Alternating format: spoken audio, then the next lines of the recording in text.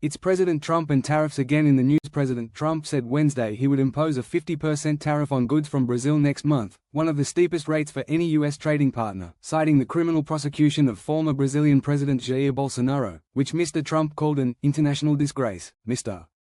Trump has sent open letters to countries from Japan to Iraq, higher tariffs starting August 1, after delaying his sweeping tariffs against dozens of nations in April. So far, the 50% tariff on Brazilian imports is the highest rate threatened against any country, and Brazil is the only country to get hit with a tariff this week after being spared by Mr. Trump's April Liberation Day tariffs. Unlike many other countries that have been threatened with tariff hikes, the U.S. runs a trade surplus with Brazil, meaning Brazil buys more American goods than the U.S. buys from Brazil. Last year, the U.S. exported about $49 billion worth of goods to Brazil, and Brazil exported just over $42 billion in goods to the U.S., according to Census Bureau figures.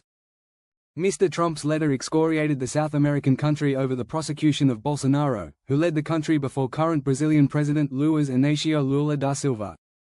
The U.S. leader called the prosecution a witch hunt that should end immediately. Bolsonaro was indicted last year for allegedly attempting a coup to remain in office after Lula defeated him in the 2022 elections.